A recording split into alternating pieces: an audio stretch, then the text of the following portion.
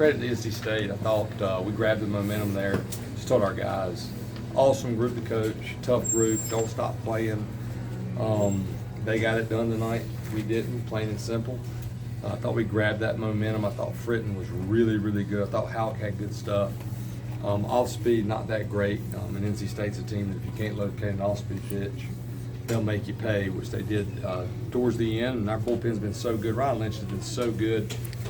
It happens. I told him the same thing. Recover, move on, be ready to go on Sunday on Mother's Day and for the series. Did you not want to use McDuffie 2 straight days? You know what? Everybody recovers different. I didn't want to use them. I considered using them, but I just made the decision we weren't using McDuffie today. What was the offensive plan going into tonight with Fritton? Just grind it out. I mean, he's good, man. He's got right on it. Left-handed, 92, 95, up to 96. He's improved his composure, his poise. And we just needed, we got some guys on. We couldn't strike anything, solid. And then Vandy got the big 2-run home run, and that changed the momentum quickly. And I felt really good. Like after we made it 4-2, I had a really good feeling, and had a really good feeling there up until the end. Even when they went up by 3, I thought we'd manage a way to get the time run there and find a way to come back. It just didn't work out for us. Especially with some single elimination games coming up in the postseason, how important is that ability to force a hard starter like that out with a big hit? Yeah, I mean, if he throws a complete game and we just go away in that game, 4-0, 5-0, 6-0, they don't have to use Nance. They don't have to use Hebner, whoever they used at the end. I can't remember who it is, but they're 2 best relievers. So it does matter, and it matters on Sunday. And, at the end of the day, most of the time, the team that pitches and defends the best wins the game, and I thought they did that a little bit better than we did today. You get a momentum and you got to hit by pitch on the leadoff guy. Yeah. I mean, that's tough. It's no good. But you still got to make the next pitch. We talk to our team all the time. When something like that happens, get the next guy out. Because if you get that next guy out, your chances of giving up a big inning are really, really slim. And you have to score anyway, right there, even though the game's tied. So if they do happen to score 1 run, I mean, you got to score 1 run to win. So it was just that crooked number that hurt us there. We gave up 2 of them, 2-3 spots, right? Is that right? Mm-hmm. And it's hard to overcome that when you face a good team with good pitchers. You had a mound meeting with Ryan in that inning. You didn't take him out. Was it more to talk about maybe prepping for a bunt defense, or what did you say to him? No, just trying to slow him down, encourage him. I've been coaching long enough. I don't believe in any negativity in a game. It doesn't do any good. Our players aren't going to play the game the wrong way. They're going to play the game the right way. They're all giving effort. And I played. So whenever you make a mistake, you sure didn't try to make the mistake. So really, as a coach, it's enforcing positivity. Hey, man, make the next pitch. Be bought into this pitch. And really, he had pretty good stuff. The inning we gave up the 1 run. Carter bobbled the ball that was hit off the end, and then they hit another ball off the end. So we felt really good about sending Ryan back out there because he's been in that position. That's kind of how we've been piggybacking these guys. But I'll go back and look at that, and we'll see if in the next situation comes the same thing. Will I make the same decision or I won't? It felt like Aiden was rough inning, good inning, Yeah. rough inning, good inning. How do you get him back consistent? His fastball is as good as it's been all season. It was electric. But he's had his changeup most every single time that he's pitched really well. It's been a swing and miss pitch. I thought the curveball was a little bit better than the changeup. And again, I'd have to go back and watch because it's hard to see exactly where those pitches are. Sometimes you say something and you go back and watch, and the pitches were pretty good pitches, and the hitter did a really good job of getting a swing off on a good pitch. But everybody gets caught up in velocity, but the easiest pitch to hit is the heater. And if you don't have something to go with it and you can't locate it to keep hitters off that pitch, it can be in for a long day against any good offense in the ACC. I also feel like we had some 2-strike pitches that were just mistakes, and we didn't make them. And you don't make them, good teams make you pay for them. Sawyer close? He is getting close, yeah. I don't think he's game ready. He's got to hit off the machine with some velocity. But today was probably the first day that he looked like he had his normal bat speed, and now we just got to see how the hand reacts to that 94, 95. But But he's been working. I do think he's pretty close. Scott, along the lines of what Tommy's asking you about Aiden, like where would you say your confidence is with him right now? Because I think it's like 3 starts that have been sort of less than ideal. Like, you know, Yeah. Where's your confidence with him? Where do you think his confidence is? I think his confidence is high. My confidence is extremely high. Gotcha. Virginia Tech, that was just one of those, you know. I still think he had really good stuff. I thought he was extremely aggressive. But again, you know, unless you're Jake Knapp and you have that type of fastball, which not many, I don't know if anybody does in this league, you have to have your off-speed pitch, and he didn't have that changeup. So we'll get that changeup back, but man, he's been one of our best, and we're going to keep rolling him out there. Is that one of the common themes maybe from the last couple times he's gone out where the off speed hasn't been there for him? Is there a common thread that you've seen as you've looked into it? Yeah, I would say, I mean, I thought he was, I know they got the 1 run, but I thought his stuff top to bottom today was really good. The changeup was coming out of his hand good. It just was a ball, usually right out of the hand.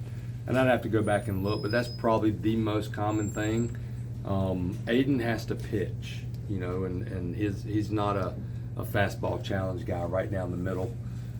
So he's, you know, all of a sudden that fastball spiking like that, you try to be who you're not. So we'll just get him back to giving and taking a little bit more. And I say giving and taking, that's changing speeds. Was the decision to bring in the Folger and Chewy for Sosa just purely based on splits? No, not just, his splits are about even. I thought, Folger looked really good, put him away really quick, and I thought Chewy was about to put him away really quick and throw a nasty slider, 0-1, and then threw literally a slider just came out early and right down the middle, which can happen. Again, he wasn't trying to make that mistake, but he'll learn from it, make a better one next time. But I like both those guys against lefties. With the day off, it's sort of like maybe a College World Series type setup here. it is. I mean, so what do you do tomorrow with everything that's going on? Yeah, we're going to meet at 1 o'clock. We'll move around a little bit, hit a little bit. You know, we don't know who they're starting. It was TBA. But, you know, it allows our guys a day to recover. Everybody's going to, I told our guys, like, you know, this is a super regional type weekend, and it's awesome. Mother's Day on Sunday is going to be a beautiful day. We'll maximize tomorrow. We'll recover. We'll make sure we're nutritionally sound, and we'll be ready. That's for sure. Anything in the back of your mind to keep Seagraves in a little bit longer? Man, he was on 2 days rest. You know, he's not a really big kid, so I want to take care of him. He's a max effort kid. But I tell you what, he's really emerging too as a guy, and we need another guy. And he is extremely aggressive. He's extremely competitive. And I can see us using him even more down this stretch run, which we need to have somebody like that. And he's got weapons, so that was really, really good to see. Go ahead. What do you think contributed to that 3-run 9th inning for State? You know what? Leadoff batter on. And then again, the slider today for Lynch, when he couldn't land it, he's still throwing 95, and they just put good swings on him. What's the message? Like Tommy's saying, you got the day off. Like, I mean, is there any sort of particular thing you're leaving these guys with tonight, since you're not turning around and playing tomorrow afternoon? You know what? After wins, you say a little. After losses, you shouldn't say much at all. We talk about being process oriented. Take your shower and move on. It's not the last game of the season. Right. Again, it's just, that's my message was, hey, how would we respond if this was a super? Right? I mean, you had all the momentum. It looks like, hey, we're going to find a way to win this game. We tied up 5-5, but we didn't. So if you feel sorry for yourself, you're not doing what we talk to you about all the time. You take that shower, you move on, and I always remind them the year LSU won the game 2, they lost 24-4 to Florida, and they came back and beat Florida the next day. So that's just the game of baseball. Everybody's really, really good, and I think the teams that can do that and not get too high or too low have a better chance to win when they go to those game 3s for sure. Yeah. Not let it linger. No, You're heck right. no. Yeah, like this time of year, man, we have an unbelievable group. They work their tails off. They're a pleasure to coach. There's nothing to get on them about. I mean, that's the type of group they are. They're going to play hard. They're not trying to make mistakes. So if anything, this time of year, if you have any feel, and I hope I have a little bit, it's hey, stay the course. And, you know, the fear of failure is a powerful thing. And I want our guys to play free, and I want them to have a blast playing and go after it and have no fear. And you do that when you're prepared and you work hard, and that's what these guys do. So if anything, tomorrow we'll get them in there at 1 o'clock. We'll have some fun. Talk very little about that game, just a couple of defensive miscues that we have to correct, and get them out of here. And I'll tell them if their families are in town to make sure that they spend time with their families. Don't miss the moment. And we'll wake up Sunday morning, have a pregame meal, and tee it up at 1 o'clock like we always do. Thanks. Thank y'all. Thank y'all. Thank you. Thank you. Yep. Fire away, Grace. All right, can you just take us through the homer and the momentum shift there? It was the last, you were the last batter that Fritton saw. Yeah, I mean, Fritton was obviously really, really good today. He had his stuff going, pretty much throwing everything for a strike. And when he's going like that, it's tough at bat. Sometimes what it takes is Kepley gets on base, and it's one swing from one of us, and that's just how it goes. And I happen to be that guy. But I don't know if he was coming out there either way or not, but it was going to come down to somebody making a swing, and it just kind of happened to be me. How did you guys prep for Fritton? I know Kane told us yesterday you originally thought he was going to start on Friday, and you had a little bit more with the extra weekend to prep for him. Yeah, just kind of the stuff that we always do. We have our machines. We know the fastball is really, really good, so you have to be on the fastball. And again, when he's landing his off speed like he was tonight, that makes it a lot tougher. And especially the way we hit the fastball last night. But yeah, I mean, we have our process, and we were locked in on what we had to do, and it just a lot of times is tougher than when just talking about it. So, Did you allow yours? Or are you I still would going? say- Keep going. I would say Carter, Kane, those two guys with speed. One of them will sometimes, Carter will sometimes hit in front of you. Kane's definitely hitting in front of you. Yeah. Just their ability to grab an extra bag. How important is that for you guys? it's unbelievable. I think the last 2 nights, it's obviously really come out with Kep, but he's been doing that all year. I'm just kind of lucky to be the guy that's there behind him. But their ability to just be on base a lot in general, and then once they are on base, they find a way to score pretty much every time. When the left fielder loses that ball for the Wolfpack, there, whatever it was, 8th inning, I guess it was. Were you allowing yourself to think there might be some Bosch magic at work here? I mean, they would have been out of the ending if he makes the catch, obviously. Yeah, I mean, you never rule it out. We've seen it too many times. And we just, sometimes it takes a break like that to get back in the game, and that's all it was tonight. And Frenchie got in there, big swing out of him. And yeah, I mean, sometimes you need one of those, and we got it, and we're able to tie it up. Obviously, didn't hang on to it, but those sorts of things you need them every once in a while. We talked with Cap last night about you hitting behind, from your vantage point, hitting behind, when he's on first or on second. Your mindset when you know he can steal the base, all you got to get the ball in the grass and he may score. Just talk about having a guy like that in front of you and your mindset when he's on. Yeah, I mean, when he's on first base, you pretty much expect him to steal second at some point through that at bat. It's kind of an adjustment that I've had to make. Like with a guy like that, if you see him take off with a good jump, you kind of tend to shut it down, and I will do that if it's early in the count.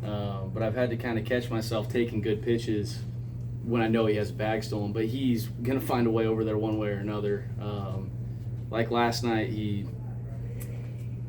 I think double maybe, and then pass ball, and then he scores on the shallowest fly ball of all time. He's the only guy that's scoring on that play, so he's pretty. He's fun to watch out there, and he's stealing every bag and scoring every time he's on base. It's pretty unbelievable. Is it sort of maddening for you though, trying to? No, I mean I love it. I would take that every time. If all of us could run like that, we'd probably score a few more runs. Coach Forbes talked about you guys trying to make sure you guys are playing free. As one of the leaders on this team, especially when you have a loss that goes from they had the lead, you guys come back, and then they take the lead again, how do you kind of make sure in that clubhouse that your guys are playing free? Yeah, I mean I think we do a pretty good job of that. I think a night like tonight is pretty evident. Like we're down all day and we're able to come back late. And whether or not we end up winning or losing that game, we know that we have the ability to win it. And that's what I think is important. And going forward, we can kind of learn from that we're never out of a game.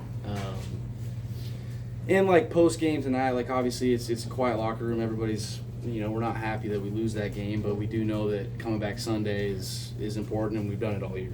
Going towards the postseason, how big is it to just have that confidence that you guys can not just win a game like you did yesterday, but win, you may have the ability to come back and win a late one? Yeah, I mean, it's everything. I think that it doesn't matter who you're playing or what kind of game you're in. We have the ability to get right back into a game in an inning in a couple of at-bats. And when you know that you have that ability, it kind of allows you to have that freedom that you're talking about. Aiden has had some lights out starts this season, obviously. The last 2 or 3 haven't been his best. What would you say, just from your vantage point as a guy who's seen a ton of baseball, what do you think maybe isn't working for him right now that had been, maybe a month and a half ago? I mean, what have you seen change for him maybe? I mean, I don't know if I've necessarily seen anything change, and I'm not the biggest pitching guy to break that sort of thing down. I think that he really, really battled tonight, and I think he's just as confident as ever, which is the biggest thing for a guy like that. And we know how good he can be and how good he has been this year. So I don't think I've necessarily seen anything change. I think he had some tough breaks tonight, honestly, and that sort of thing can kind of change your outing. So you haven't, like you said, you haven't sensed any loss of confidence? or anything? No, not one bit. Was there anything in particular that went wrong in that 9th inning, and what was your guys' mindset then going into the bottom of the inning? I mean, you can I guess point a couple things out, but we were gonna have to score a run anyway if we wanted to win that game, and that's kind of what we talked about coming in. Get a guy on base. Stokely makes a good swing on that. The kid obviously made an unbelievable play, but all it takes is a couple of swings and you're tied back up. So I mean, whether we're down 1 or tied or down 3, it doesn't necessarily change. You're gonna have to go get guys on base and get them in regardless. Can I ask what the necklace Last stands question. for? Sure. My grandpa's nickname was Doc, and he gave me this necklace way back in the day, and it doesn't come off. Thanks, Jackson.